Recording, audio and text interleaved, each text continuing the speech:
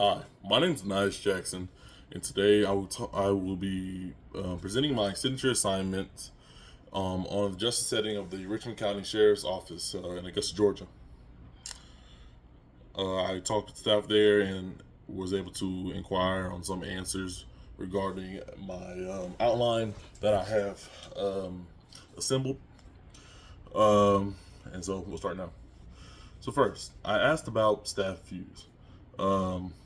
How does the staff, say describe the general profile and the traits, of the individuals that they hold in the detention center? And I was answered with, you know, um, the staff usually describes the detainee population as predominantly male, with a significant number of individuals awaiting trial. Many come from economically disadvantaged backgrounds and have limited access to education and employment opportunities prior to their detention status. Uh, okay, and I followed up with what are the common racial and ethnic groups you have observed the most? Um, Unfortunately, the majority of detainees are African American, and it kind of reflects a broader trend that is presented in the state as a whole. Um, and I said, what is the compositions of gender? Are there particular challenges for women or people of diverse genders? Um,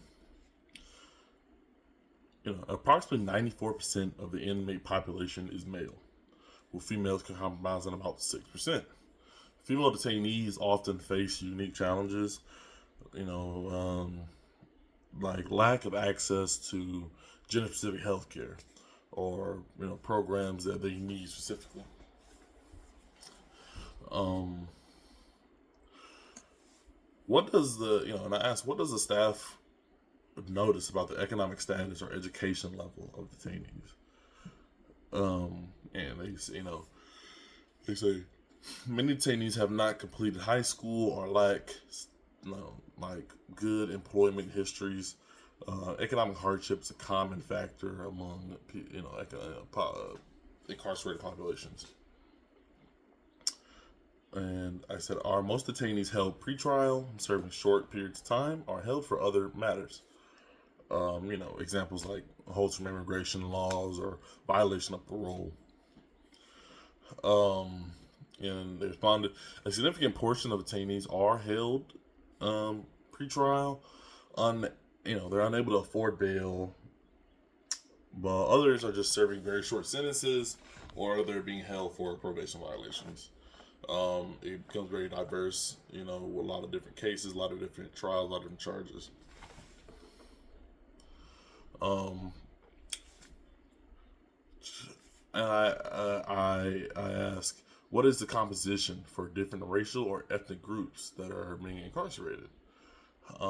They responded in Richmond County, African Americans are roughly 56% of the general population, but within the detention center, it's a way higher percentage.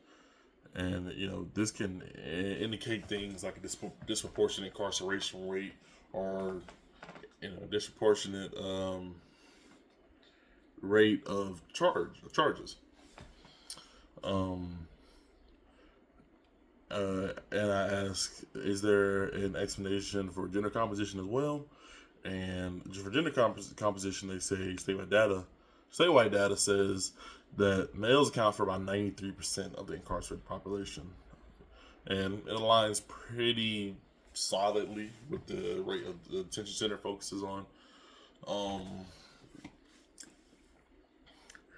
Pretrial detention rate was around 59% of individuals, and all Georgia jails actually are held pretrial. And this highlights, kind of unfair systemic issues that are related to legal representation or bail rates. Um, and I kind of dove into, is there any kind of economic correlation, any kind of correlation you see in the economic history or the incarceration rates of certain individuals with that kind of history? And it's reported that there's a strong correlation between low socioeconomic status and incarceration rates, as we all know. Individuals, from impoverished areas, these poor communities, they're more likely to be detained, and it's often due to an inability to afford bail or good, competent legal defense. Most likely having to turn to public defendants who can't pay attention to their court case as much as they can, a private defendant, or not giving them 100% effort, basically. We move on to justice. What are the individual experiences in this in these detention centers for in these detention centers. And so interviewed an individual, like get an individual interview here.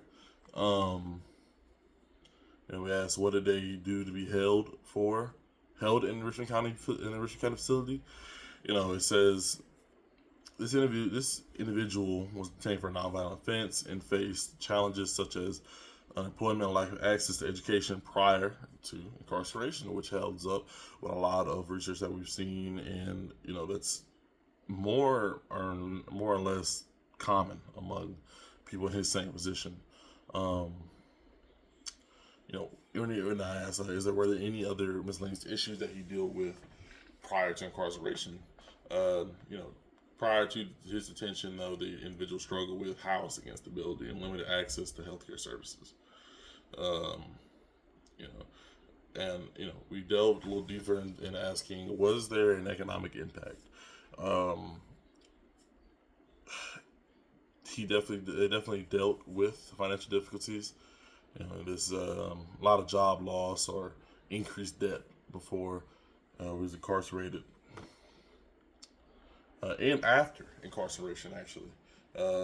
Many find it hard to find work after. But while detained, it is wondered, did you have access to resources that were more rehabilitating than punishing? And they reported, had limited access to educational or vocational programs. I mean, it's hindering their ability for rehabilitation. And I asked what they would recommend, and what they recommend for the future, or for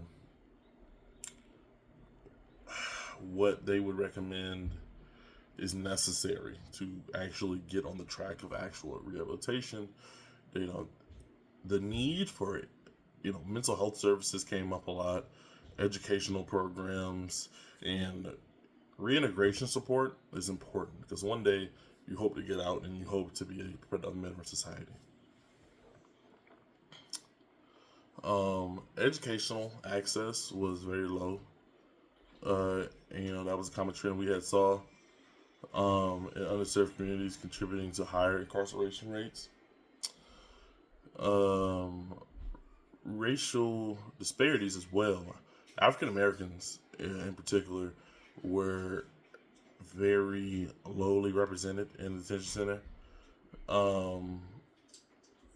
Not represented. They were more common in these detention centers, but that showed that their representation in the community was clearly subject to bias.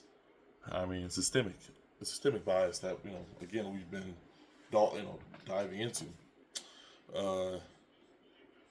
and things like systemic issues can dive into things like healthcare access or economic insecurity, and with that, many reported inadequate access to mental health and substance abuse services, and of course this will lead to a higher rate of incarceration. Economically, poverty in general is a significant factor that contributes to criminal behavior. These crimes of survival that we see very commonly.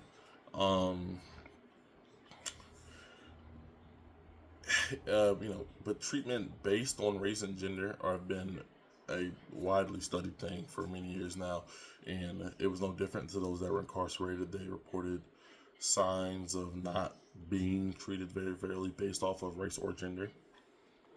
And now we dive into a policy analysis. So,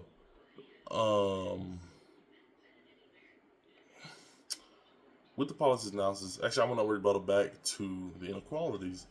These inequalities will lead to high incarceration rates. If someone cannot receive their fair share of medical treatment, whether it be for addiction or whether it be for substance abuse or domestic violence per se, these are trends that can lead to people lashing out or committing illegal acts that will lead to them being incarcerated. So that's the correlation we see between them, and that's a correlation that was reported to me through my questions. So then we dive into policy analysis. So the policy that we identified was the Georgia monetary bail system. It actually significantly impacts the detention sentence population, as in, those individuals that can afford bail, they can get out until trial. They can walk free until trial. They can basically, disproportionately not experience the same injustices as those who cannot afford bail. So those in lower income areas and lower income settings could not have to basically stay in jail for however long to their trial, which can be up to over a year in some cases. Some folks in the Richmond County jail system are in there for over a year until their trial.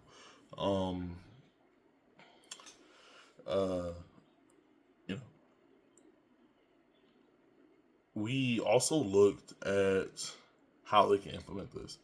The bail system is intended to ensure court-like appearances, but often it just kind of puts people in extended detention, especially low-income individuals. It just keeps them in jail for a lot longer, and I mean, it's only further damages their ability to be reintegrated back into modern society and regular society.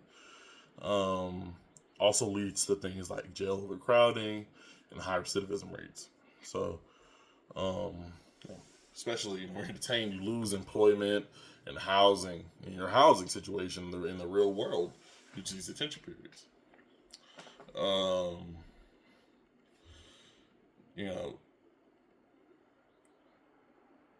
Some of my last questions here was, where does the policy reduce unfair treatment or lead to more inequality? And again, with this disproportionately affecting lower income individuals, it definitely reduces their unfair treatment, is what was answered, and leads to a lot more inequality because you see richer folks not having to either spend a night in jail or can immediately walk free, while those with not much on the outside lose everything they have because they're forced to stay in jail. And my last question would be, what changes for the individuals affected most could be, what changes for the individuals affected most would be made to ease the judicial process, whether statewide or locally. And they said basically, in layman terms, implementing bail reform measures, such as risk assessment tools and alternative pretrial supervision programs. It can reduce the unnecessary detention sentences and basically give more equitable treatment towards those who can't afford what others can. And that would be the end of my questions and kind of an analysis of the answers. So I'll thank you, and